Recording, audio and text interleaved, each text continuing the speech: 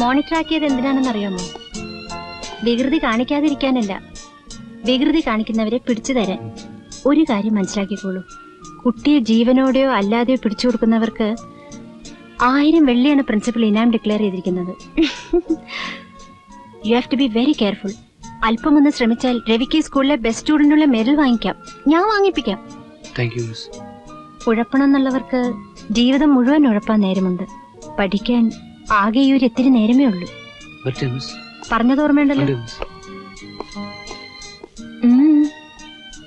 എന്താ ഒരു പാവം ആട്ടുംകുട്ടിയുടെ വേഷത്തില്?